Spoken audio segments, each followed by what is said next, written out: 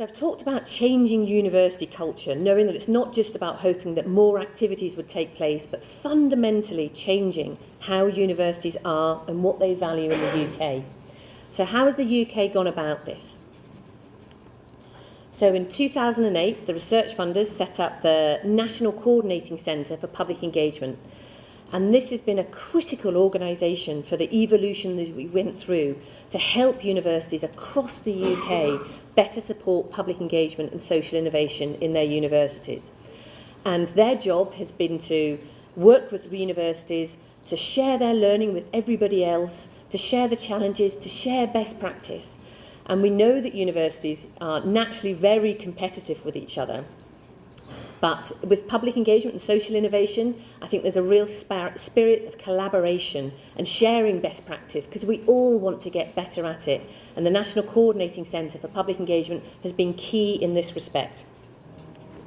At the same time that the National Coordinating Centre was set up, the research funders, first of all, set up what were called the beacons for public engagement.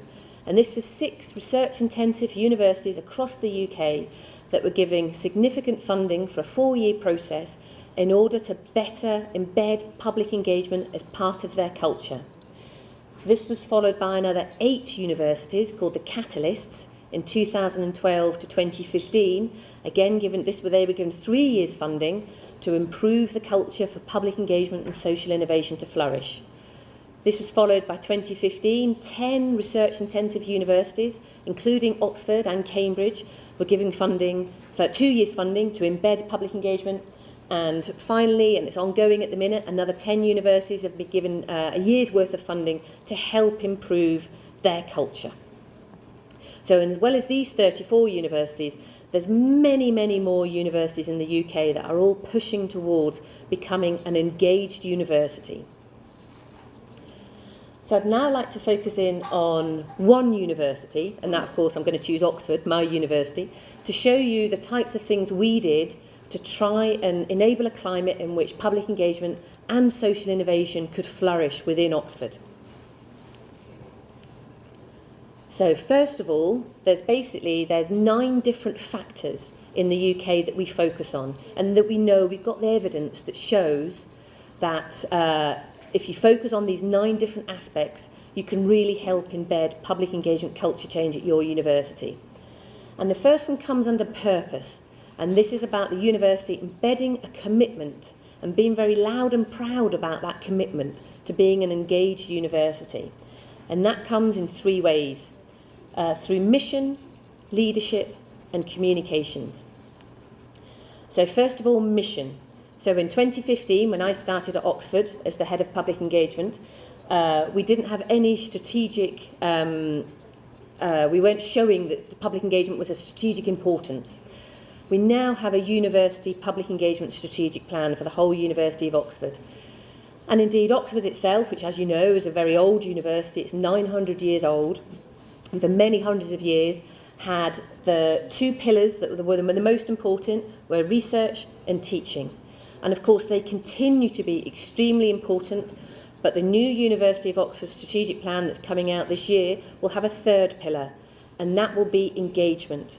And the University of Oxford wants to be known as a world-leading international reputation university for research, teaching, and engagement. And I think for a 900-year-old university where things move really slowly, that's some accomplishment.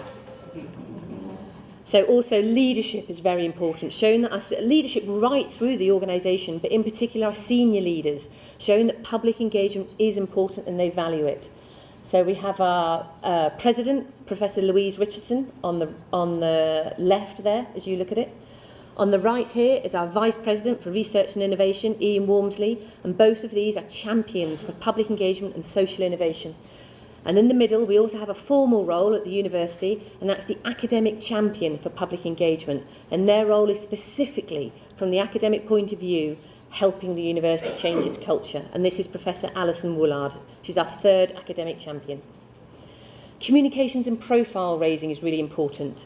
So raising awareness of what public engagement is, what its benefits are, what the values are, what best practice looks like. So this is a 4-minute film that we've created. We've created a whole series of best practice case studies. And this is Jamie Lorimer, who's a social scientist, who worked on the diversity of bacteria in people's households. And he worked with 17 different families in Oxford. And he worked in partnership and in collaboration on this research project. And they themselves actually took samples and helped collect the data and talked about the research together. The next step is to look at process, look at supporting the systems and processes that help social innovation and public engagement get embedded. So this is about providing support, about providing learning and training opportunities, and recognising and rewarding those that do public engagement and social innovation. So at Oxford, we have a number of ways in which we support our researchers and students, but one way, of course, one thing to make the eyes wide open is to offer funding. And so we offer funding for people to do public engagement with research and social innovation projects. They're quite small in size, but enables researchers to try out things, to be risky, and it's quite a simple application process. And these projects have quite often led to researchers being able to successfully apply for much larger pots of money externally and do a much bigger community and public engagement with research project. There's also, we supply lots of training, and this is in numbers of ways. We have group training, we have one-to-one support for researchers and academics to build public engagement into their research grants. So in the UK, all of the major funders will allow, well, they want public engagement, community engagement and social innovation to be applied for along with the research funding. So we give lots and lots of training and support. And also the Vice-Chancellors, our President, we have the President's Public Engagement with Research Awards. We have a big ceremony every year where we reward and recognise those that are doing excellent work in public engagement. And not only is this really important to show it's valued, we produce case studies, and it shows other people that across any diversity, across any discipline in research, across any subjects that's taught, you can do public and community engagement and social innovation. And there's many, many ways to do that. So I think it inspires people to show how others have done it. And last but not least, public engagement, community engagement, social innovation, it's all about people. It's all about our staff, our students, and public and the wider society. So a really important part at Oxford has been providing opportunities to support our staff and students, but also to enable many, many opportunities for our researchers, students, and the public to come together and interact in many, many ways. So we've done this many ways, but I've just got one example here. And that is, we had Oxford's biggest public engagement event ever in September last year called Curiosity Carnival. It was part of European Researchers' Night, funded by the European Commission. And it was 300 events went on in 300 different cities across 30 countries in Europe, all aiming to engage researchers, engaging with the public. And we had 10,000 people, members of the public, young people and adults, come from the local community, many of which had never engaged with a university or a researcher or student before, and engaged with over 500 researchers and students. And we also reached out a further 50,000 people through social media and online interaction. And there was a whole range of activities, from live experiments in the Bodleian Library for the first time. Instead of taking out a book, you could take out a researcher on loan and chat to them about their research. And also we had researchers describing their research, and students describing their work in cake, so that they could chat to the public about what they were working on. So what does public engagement with research look like in practice? So we often talk about 3 purposes of public engagement with research. And that's to inform and inspire with the public, to consult the public, and to collaborate with the public. And so I've talked about these 3 purposes nearly every day, I think, for my entire public engagement career, which has been about 18 years. So I've tried to think of different ways in which I can describe the 3 purposes of public engagement. And so my nephews one time decided to help me act out the different purposes of public engagement.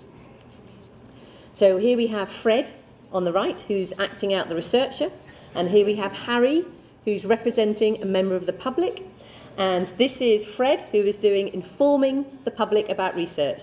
So this might take place through TV documentaries, or through newspapers, or blogs, or online.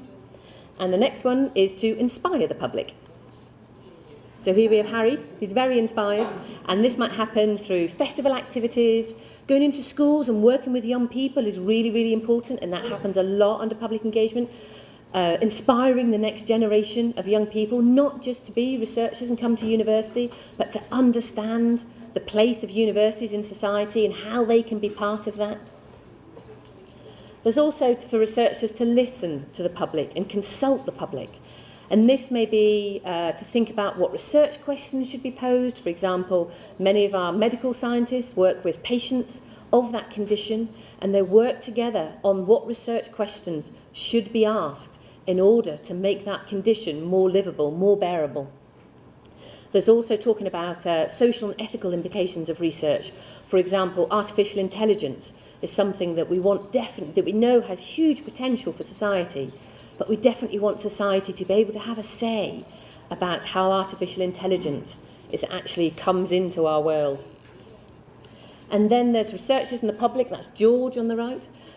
Researchers and the public collaborating and co-creating together. And I've got an example of a case study of where researchers and the public have worked together in partnership, side by side, on a particular research project that has led to social innovation.